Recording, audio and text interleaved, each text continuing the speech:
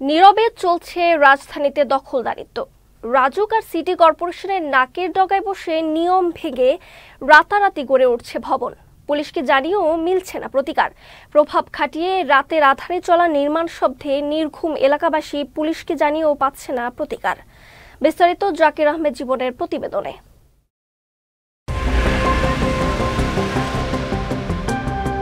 ঘড়ির কাঁটায় রাত ঠিক ৯টা। তীব্র আলো আর শব্দে লাসার স্থানীয়রা। থানায় অভিযোগ করেও মেলেনি প্রতিকার। তবে বাদ নেই হুমকি ধামকি। আপনি যে বলছিলেন যে একবার আপনি অ্যাডভান্স করছেন, বায়না করছেন, ওটা কী করলেন? ওগুলো দিয়ে দিচ্ছি, ওগুলো দিয়ে দিচ্ছি।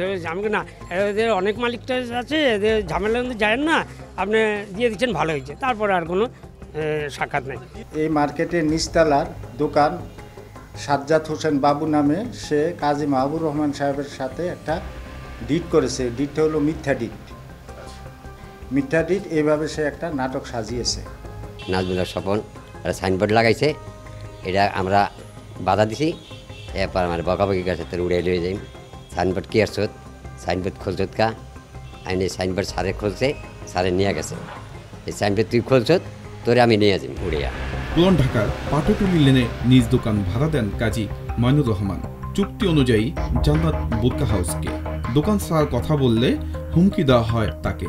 এমনকি মাইনুর রহমানের বাড়িতে হামলা চালিয়ে লুট করে তাতে দেওয়া হয় তালা। ভুক্তভোগী মাইনুর রহমান থানায় এ ব্যাপারে সাধারণ ডায়েরি করে। সাজ্জাদ হোসেন ও হাজী নাজমুল হক স্বপনের বিরুদ্ধে 5ই আগস্ট পরবর্তী প্রেক্ষাপটে শুরু হয় এ দখল।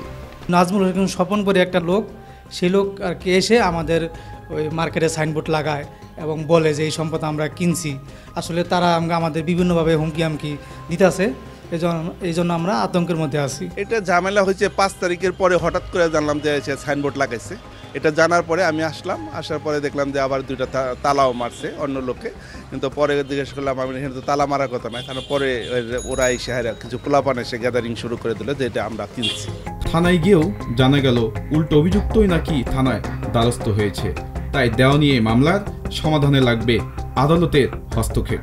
আমরা এটা হচ্ছে কোতোয়ালি থানায় আমরা জিডিটা করেছি। ওই জিডিটার বিষয়টা হয়েছিল যখন তারা আমাদের বাসায় জোরপূর্বক এসে তালা দিয়ে চলে যান এবং সাইনবোর্ডটা লাগান, তখন আমাদের তো কারো সাহায্য নিতে হবে। আমরা তো কারোর সঙ্গে মারামারি করতে আসিনি। আমাদের প্রশাসনকে জানানো দরকার। আমরা প্রশাসনকে জানাতে গেলাম যে দেখেন ভাই, যে আমাদের এখানে একটা ঘটনা ঘটেছে, আপনাদের এখানে জানাতে হবে। এ জায়গায় প্ল্যান পাস হলো কিভাবে?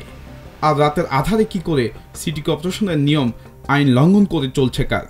ইমারত নির্মাণ আইন 1952 সালের আইন অনুযায়ী যে কোনো ভবন কর্তৃপক্ষের অনুমোদন ব্যতীত যদি ভবনটি নির্মাণ করা হয়ে থাকে, তাহলে সংশ্লিষ্ট অথরাইজ অফিসার সহ যারা সংশ্লিষ্ট তদারকিকারী কর্মকর্তা রয়েছে তাদের দায়িত্ব হবে সেই ভবনটিকে তাকে নোটিশ করা এবং মোবাইল কোর্টের মাধ্যমে সেখানে অবৈধ অংশ ভেঙে তার কাছে জরিমানার অর্থ আদায় করে।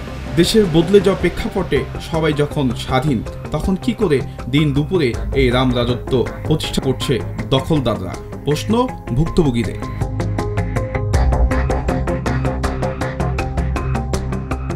জাকির আহমেদ জীবন, চ্যানেল এস, ঢাকা।